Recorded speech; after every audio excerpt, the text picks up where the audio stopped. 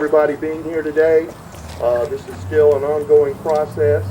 We have our friends from State Guard here, and thank you for being here. We're going to give you a little update, introduce you to some of the players that are involved, and just to let you know that at 12 o'clock today, 12ish, sometime around there, PetSmart Charities is going to be bringing in a load of supplies. So if you are looking for something to do at 12 o'clock, you might want to go over there and take a look at that. But with that, I'm going to turn it over to our Sheriff John Skipper. I just wanted to thank everyone and give the opportunity to and I'm afraid if I stand here and start enumerating everybody off the top of my head, I'm going to forget somebody. But in particular, from the law enforcement side, when we were going through this process, this took a lot to do with this operation.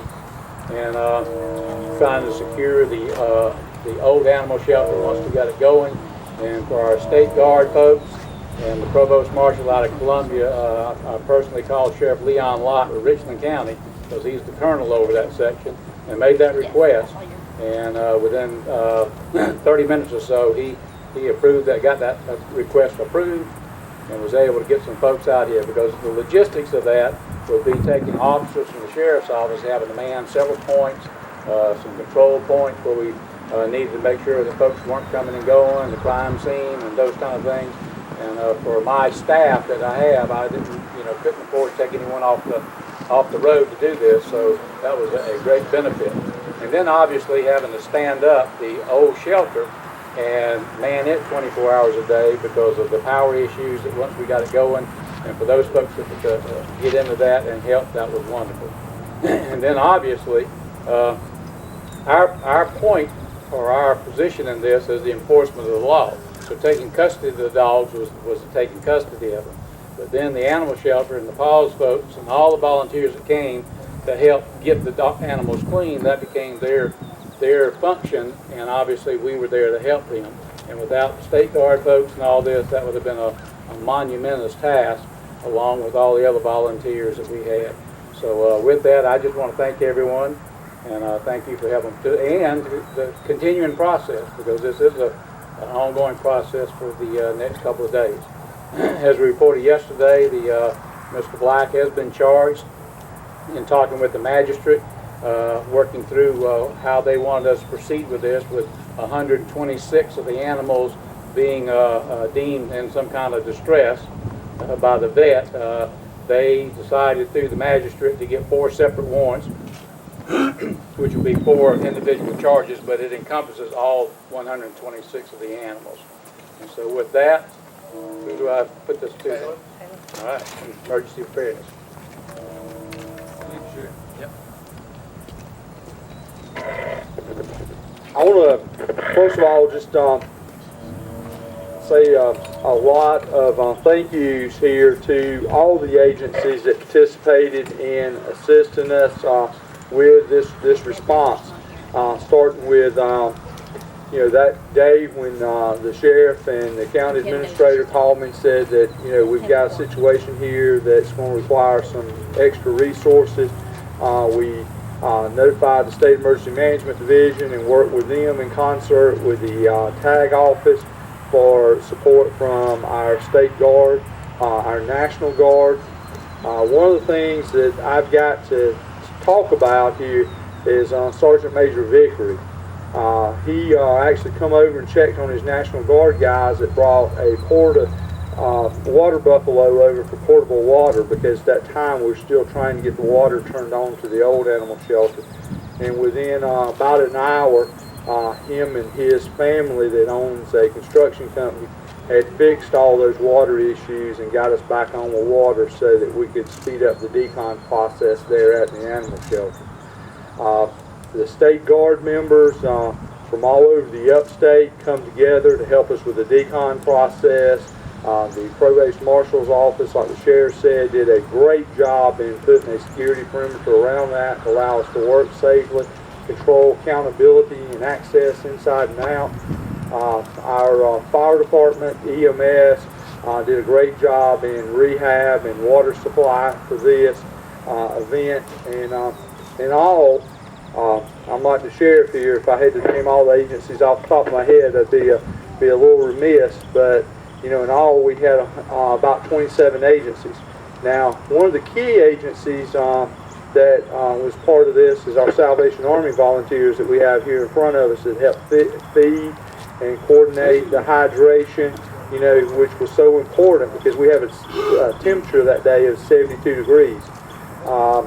With that, we had also the Red Cross. I'd be remiss not to mention them because they're actually out on a fire this morning where they're helping assist right at 70 residents to a temporary shelter. We've got District 5 school district helping us with some buses to move those people this morning in coordination with the Anderson Fire Department and the Red Cross. So you see, we're always a team here, community preparedness, all working together as partners to make our community safer, and that's what y'all have helped us do, and I appreciate that, and everything that y'all do as a community partner in preparedness to help keep Anderson citizens safe. And with that, I'll bring up Jessica. You'll come up and she'll tell you about all the special animal shelter volunteers and the Red Rover group, folks that come in to help us and how special they are, because they've really been a great asset. Thank you all for coming out this morning. I'd like to introduce Tim Kelly with Humane Society of the United States, who is our South Carolina State Director. We also have volunteers here from Red Rover who were unable to attend with us this morning. Tim?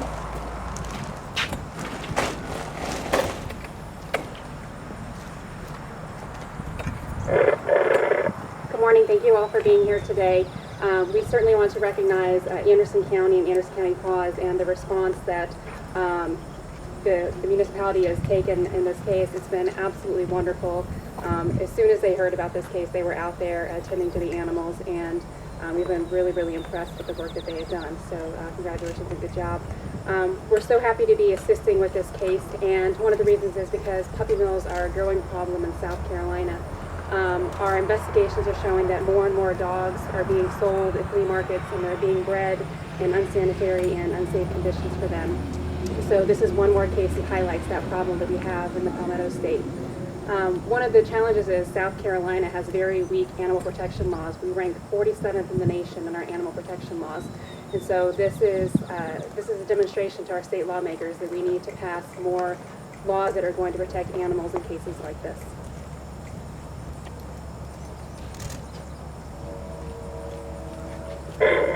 On behalf of Anderson County, I would like to thank many of the agencies who have attended to help us. In our efforts, we have had Star Fire Department, Iva Rescue, MedShore, the National Guard, the State Guard, Williford Fire Department, our EOC, Williamson EMS, Salvation Army, county staff, our Public Works, our Administration Department, Central Services, Animal Control, the Sheriff's Department and the Sheriff, and countless volunteers. In addition, we have had Red Rover assist us, Humane Society of the United States, and PetSmart Charities, and are currently working with ASPCA in support also. Thank you all for coming out this morning.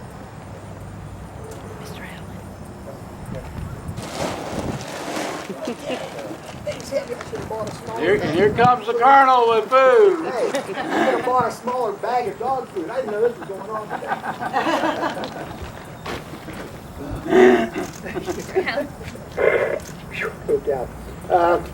I too want to thank everyone that's pretty much already been mentioned, and just go on further to say that every cloud has a silver lining, as the old saying goes, and it's a shame that things had to transpire that caused the silver lining of the cloud to show itself. The puppy mill was a terrible thing. I want to thank everybody that's worked so diligently to get this thing straightened out, the Humane Society and Red Rover, our military folks, and the county employees that really jumped into this and cleared things up and got the old animal shelter open, which was a real chore. And I want to echo something that Kim said, too, from the Humane Society. I was up in Ohio a few days ago, and just happened, when this came out, I was looking at it on the internet, I was reading an article up there in the newspaper about Ohio laws. And those are state laws up there that govern licensing of dogs, puppy mills, all of that. We don't have anything like that here in the state of South Carolina. Not at the state level, not at the county levels. So speaking And I'll take a step forward here maybe, but on behalf of County Council, I think we need to act, we need to do something, and we've got to come up with some an ordinance or some legislation that will allow us to control this type of puppy mill activity. We've heard for many years sales at the jockey lot. Not picking on anybody, I like the jockey lot. But just a lot of things go on, there's no control. I think there needs to be some type of a licensing system and an inspection system for those breeders that are going to place puppies out into the marketplace. Again, with that, I will end and finally thank everyone for all the work they've done. You've just done a tremendous job of coming forward. The Red Rover people were awesome, and so is all the animal control staff here. And with that, I'll shut up and introduce Mr. Burns. Just again, we thank everybody, but our animal shelter staff is above and beyond anything you will ever see. They're coming in, they won't go home, they're exhausted, and they're working like crazy, and they're doing a wonderful job. But just to end with this, when I was out there, I kept noticing there were about 3 people out there. One's with the Star Fire Department, I can't remember his name, but I'm going to get it. And this gentleman, Mr. Hinton, will you stand up? This is Mr. Hinton. And if he's not the #1 puppy dog washer who was out there that day, it's the gentleman from the Star Island Fire Department. That was a nasty, dangerous job, and he got there early, and he was relentless in what he did. I mean, we really appreciate it, and everybody. And with that, Willie, and thank y'all very much.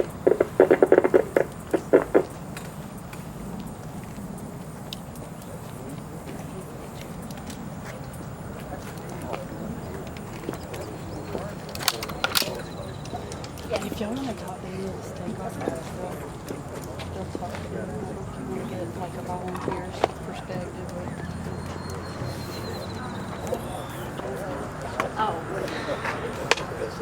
So I got some great pictures of you and Mandy yesterday. Yeah, with your all booted up. Actually, I put the caption under it as dedicated WYFF4 reporter and videographer. Boot up for the job. Yeah. So you have to check out the county Facebook page. I gotta go buy my own. It's just a fashionable statement. You know, it just looks so good on everybody. That's right, I'm telling you. It's the new fashion statement. Let's see if they come in black.